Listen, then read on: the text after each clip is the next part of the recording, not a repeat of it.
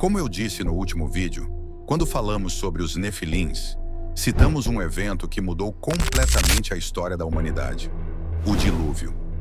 Mas aquele vídeo levantou uma pergunta ainda mais inquietante: o que existia antes dele? E se o mundo antigo não fosse primitivo? E se, antes do dilúvio, a Terra tivesse sido dominada por civilizações avançadas, organizadas e poderosas demais para continuar existindo?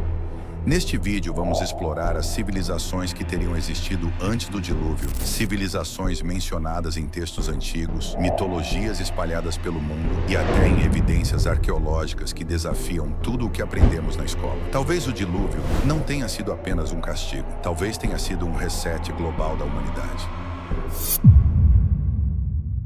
Antes do dilúvio, a Bíblia descreve um mundo completamente diferente do nosso. Um mundo violento, corrompido e fora de controle. Um mundo onde os Nefilins caminhavam entre os homens e onde o conhecimento avançava sem limites. Mas o texto bíblico também sugere algo ainda mais inquietante. Aquele mundo possuía conhecimento. Quem construiu cidades? Quem organizou reinos? Quem dominava o conhecimento?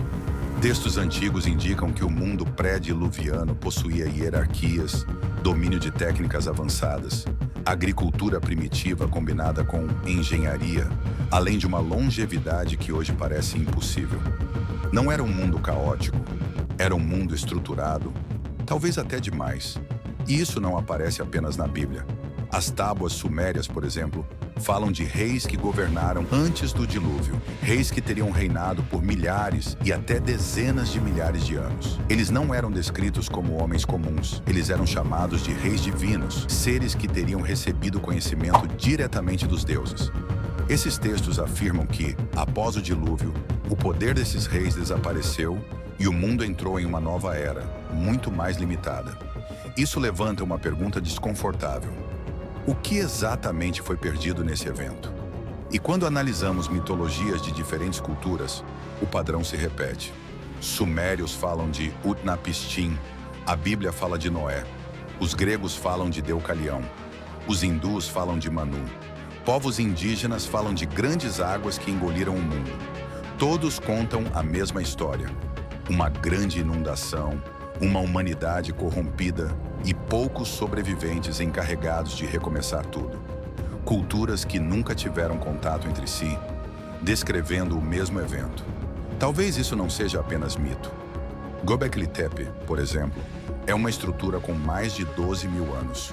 Foi construída antes da agricultura, antes da escrita, antes de qualquer coisa que, teoricamente, permitiria tamanha complexidade. São pilares gigantes, perfeitamente esculpidos, com símbolos misteriosos. Isso desafia completamente a linha do tempo oficial da humanidade. As pirâmides também levantam questões impossíveis de ignorar. Alinhadas com estrelas, precisão matemática absurda, blocos de pedra gigantescos, cortados com uma exatidão que ainda hoje seria difícil de reproduzir. Essas construções não parecem o começo da civilização. Elas parecem vestígios de algo muito mais antigo.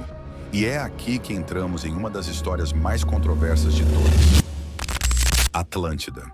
Atlântida foi descrita por Platão como uma civilização extremamente avançada, poderosa e rica. Uma sociedade que dominava engenharia, arquitetura e conhecimento muito além do seu tempo. Segundo ele, Atlântida não desapareceu lentamente. Ela foi destruída em um único dia e uma única noite, após terremotos e inundações, afundando no mar. A descrição se encaixa perfeitamente em um evento catastrófico global, muito parecido com o dilúvio. Algumas teorias sugerem que Atlântida fazia parte do mundo pré-diluviano, que seus sobreviventes teriam levado fragmentos desse conhecimento para outras regiões do mundo, influenciando civilizações como o Egito, a Suméria e até povos das Américas. Quando falamos em civilizações avançadas, é importante entender que avanço não significa apenas tecnologia moderna, como eletrônicos ou máquinas. Pode significar domínio de engenharia de pedra, conhecimento astronômico, matemática avançada, energia, espiritualidade e até manipulação da própria natureza. E aqui a ligação com os Nefilins volta a ficar evidente. Segundo textos antigos, Esses seres ensinaram à humanidade conhecimentos proibidos. Armas, ciência, segredos do céu e da terra. Um avanço rápido demais, perigoso demais. Um conhecimento que talvez a humanidade não estivesse preparada para usar. O dilúvio então surge não apenas como destruição, mas como correção. Um evento que destruiu civilizações, apagou conhecimentos e eliminou seres híbridos. Apenas poucos sobreviveram para recomeçar. O mundo que surge após o dilúvio não é um recomeço puro. É um mundo reconstruído sobre restos. O que sobreviveu não foi a civilização em si, mas fragmentos do conhecimento antigo, preservados de forma incompleta, distorcida e muitas vezes simbólica. Se o que restou do mundo antigo foram apenas fragmentos de conhecimento, então a pergunta muda completamente. Quem carregou esses fragmentos? E por quanto tempo? Textos antigos não falam apenas de um mundo diferente em cultura, mas de um mundo diferente fisicamente. Antes do dilúvio, a longevidade humana era absurda. Pessoas vivendo centenas de anos, reis governando por séculos. Uma humanidade que parecia ter muito mais tempo para aprender, observar e acumular conhecimento. Após o dilúvio, essa longevidade desaparece quase imediatamente. Isso não é um detalhe, é uma ruptura. O que mudou no planeta? A atmosfera, o ambiente, a própria biologia humana. Talvez o mundo anterior permitisse algo que hoje simplesmente não existe mais. E se os sobreviventes do dilúvio carregaram não apenas fragmentos de conhecimento, mas também os últimos resquícios dessa longevidade? O relato bíblico sugere que Noé e seus descendentes ainda viveram mais do que qualquer ser humano moderno, mas cada geração viveu menos do que a anterior. Como se algo estivesse se perdendo a cada ciclo. Isso ajuda a explicar por que as primeiras civilizações avançam lentamente. Não porque começaram do zero, mas porque já não possuíam o mesmo tempo, o mesmo corpo, nem o mesmo ambiente do mundo antigo. O conhecimento foi transmitido, mas de forma incompleta, fragmentado, muitas vezes simbólica. Em diferentes partes do mundo, sobreviventes da grande inundação aparecem como figuras centrais da reconstrução. Não como deuses onipotentes, mas como transmissores do básico necessário para recomeçar.